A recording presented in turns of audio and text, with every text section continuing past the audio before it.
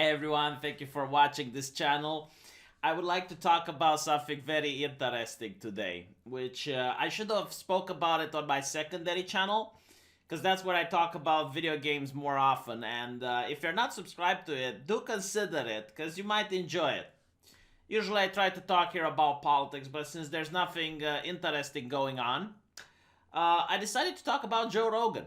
Because I think he's got like a lot of sharks in the water just swimming around him, just waiting for him to say something controversial so they can latch on. And apparently, I see a lot of people that are on the left, which are part of the video games cause sexism and misogyny and racismus types, being very outraged that Joe Rogan is now saying that video games are a waste of time.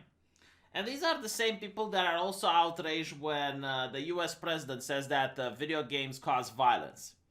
So I'm going to try to address both of these points because I think they're very interesting. And I also want a video so that people know why I don't really care when people on the right attack video games.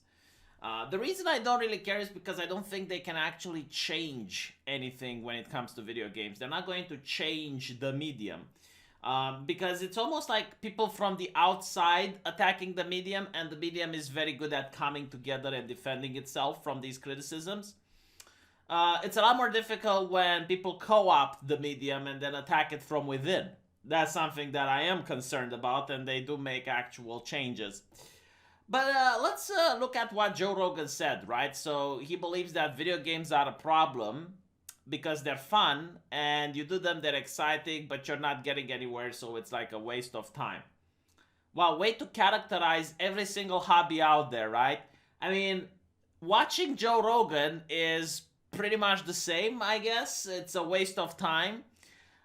This is some ideology that I see a lot of boomers use, and also people that are a little bit more to the authoritarian side, not Joe Rogan particularly, but you know the types. They're like, if you do something which is not somehow financially rewarding or is not something worthwhile, it's a waste of time. So like basically you have to live life of suffering, pain and misery, just doing your best in order to constantly work and work and work and never have actually some time to sit back and take it easy for a while. So no, I completely disagree. I think hobbies are pivotal for the human spirit.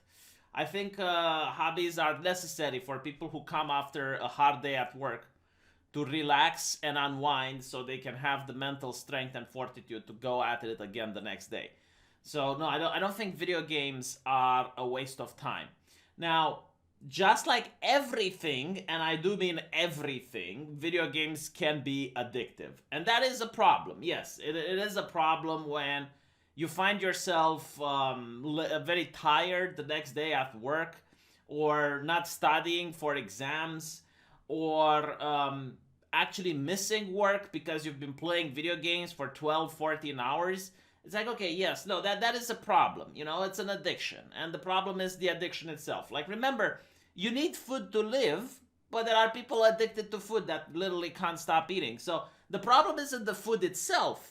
The problem is the lack of control, of self-control of a person to actually do something in moderation. I also talk about this with people like Andrew Torba, who has a war on pornography, a crusade. I would like to watch Andrew Torba's history once to see if he actually is as clean as he says he is.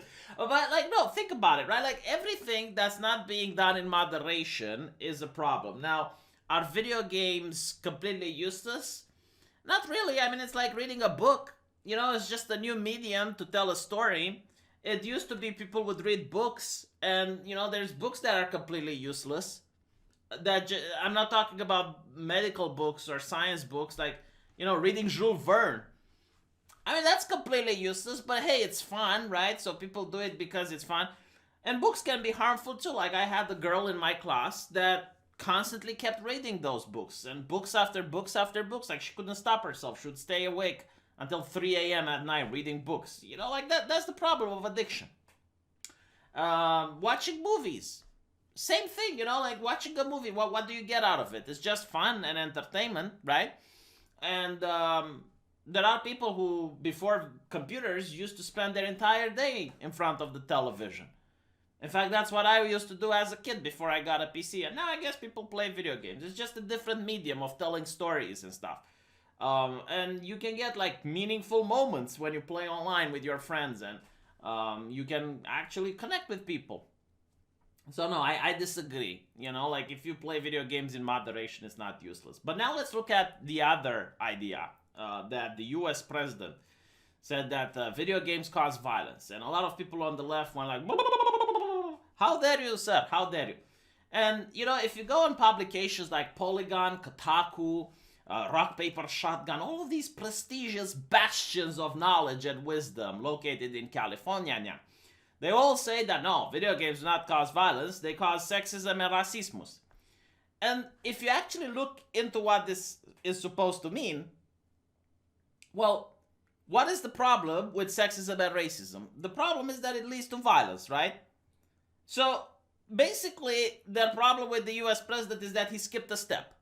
It's like it's a three, gated system. It's like from video games to sexism to wife beating. Like that is the correct path. Like if you eliminate the middleman, if you eliminate the sexism and just say video games cause violence, oh no, that's a problem. And this is, like something that has always been said by people who don't understand the medium. Like I'm pretty sure people would have said the same about movies when they initially came out. They don't understand it, so they have to attack it. Because they didn't do it, so they don't understand why you spend so much time doing it. And then the ideologues can use them in order to create a moral panic. Like I remember during the Bush era when I was watching Fox News, back when Fox News was at CNN mental retardation level. They would say something like, oh, look, we found this mass shooter. Do you know what he did? He had video games in his bedroom. And every single time they found like someone else that committed a crime, oh, look, they had video games in his bedroom. And they were trying to push this connection, right? Like you play video games and it desensitizes people to violence. Now, this is something that the far left also likes to say. It's like if you play racist video games, you become a racist, right? Why aren't these people attacking, I don't know, rap music? Doesn't that desensitize people to violence? Like there are so many interesting songs about glorifying gangster life and putting a cap in someone's ass and, running away from the cops while you're starting a criminal enterprise. Like, why not, like, if they actually want to be consistent and they want to push this narrative that if you play violent video games, you become violent. Why is it the same with rap music? Like, if you listen to violent music that glorifies the criminal underworld, wouldn't you likely become a criminal, because you think that lifestyle is cool and fun and all that's cracked up to it? No, they don't do that. Very interesting, isn't it? And by the way, I don't think that art doesn't influence people at all. I don't think like a single game can influence the mindset of a person, but I have something to confess here. I have something that I can actually share with you to my expense, so promise you won't laugh. I used to be a very introverted person. I had a very small circle of friends, didn't go out a lot, didn't have a lot of girls either. So I was playing a lot of World of Warcraft. I was watching a lot of American movies. And I remember like all these video games, they had the archetype of the strong woman. The woman that can defend herself, like Xena Warrior Princess, Buffy the Vampire Slayer chick, Gabrielle that held her own with the stuff. And, I was surrounded by these very competent and very powerful women. And when I went to law school, there was this female teacher that was a judge. And she was sharing a horrible story from her life with a couple of criminals that broke into her house and murdered her dog. Horrible, right?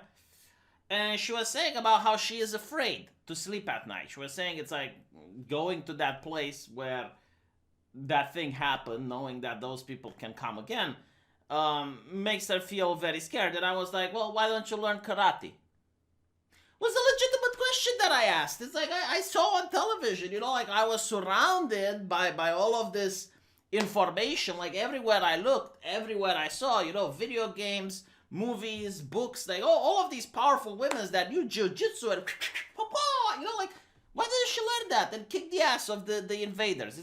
Like the onus is on herself to defend herself, right? Like, and it was like that moment everyone laughed at me, obviously, and then like I realized, oh, okay, so the real world is not like the video games. I made the connections, like snap, and then I understood. It's like, okay, well, women aren't like Buffy the Vampire Slayer. Women aren't like Xena Warrior Princess. Okay, but like, yeah, you can influence people with art, I suppose, in a way. Like if literally all of the media, if everything around you is pushing a message, then you're probably likely to believe it until you actually encounter that very thing in real life. Like when you encounter the thing in real life, you're going to realize, hold on a little bit, like all this media I'm playing, yeah, it's fictional.